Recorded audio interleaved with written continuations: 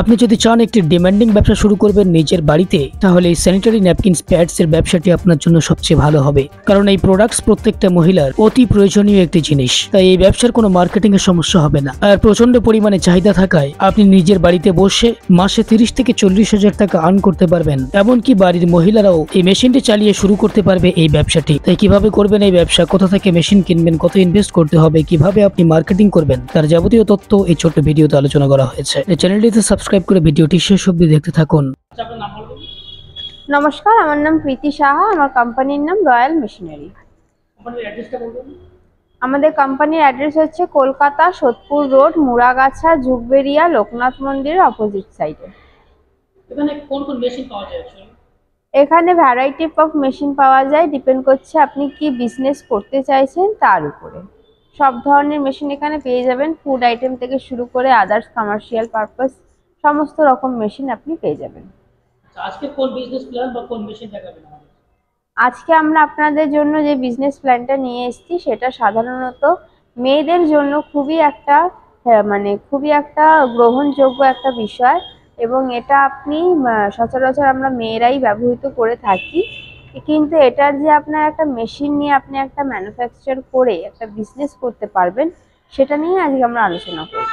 তো আজকে যেই বিজনেসটা নিয়ে আলোচনা করব সেই বিজনেসটা হচ্ছে স্যানিটারি প্যাড মেকিং মেশিন, মানে যেটা আমরা মেয়েরা ইউজ করি স্যানিটারি প্যাড, সেটা বানানোর মেশিন। তো দেখতেই পাচ্ছেন আমার পাশেই মেশিনটা আছে, আপনারা দেখতে পাচ্ছেন। এই মেশিনটার কথাই আমি এখন বলতে চলেছি পুরো ডিটেলস। এই মেশিনটার দ্বারা আপনি একটা প্যাড তৈরি করে সেটা আপনি মার্কেটিং করতে পারেন, একটা প্যাকিং করে মার্কেটিং করে একটা বিজনেস করতে পারেন। এই মেশিনটা বসিয়ে ব্যবসা করতে গেলে স্পেস কেমন লাগবে? এই মেশিনটাই যদি আপনি বসিয়ে ব্যবসা করতে চান সেই ক্ষেত্রে আপনার স্পেস মিনিমাম 700 স্কোয়ার ফিটের মতো লাগে। লাইসেন্স লাগবে কি ব্যবসা করতে গেলে? হ্যাঁ, অবশ্যই একটা ট্রেড লাইসেন্স জরুরি যে কোনো ব্যবসার ক্ষেত্রে। আচ্ছা, র মেটেরিয়ালস কি লাগছে?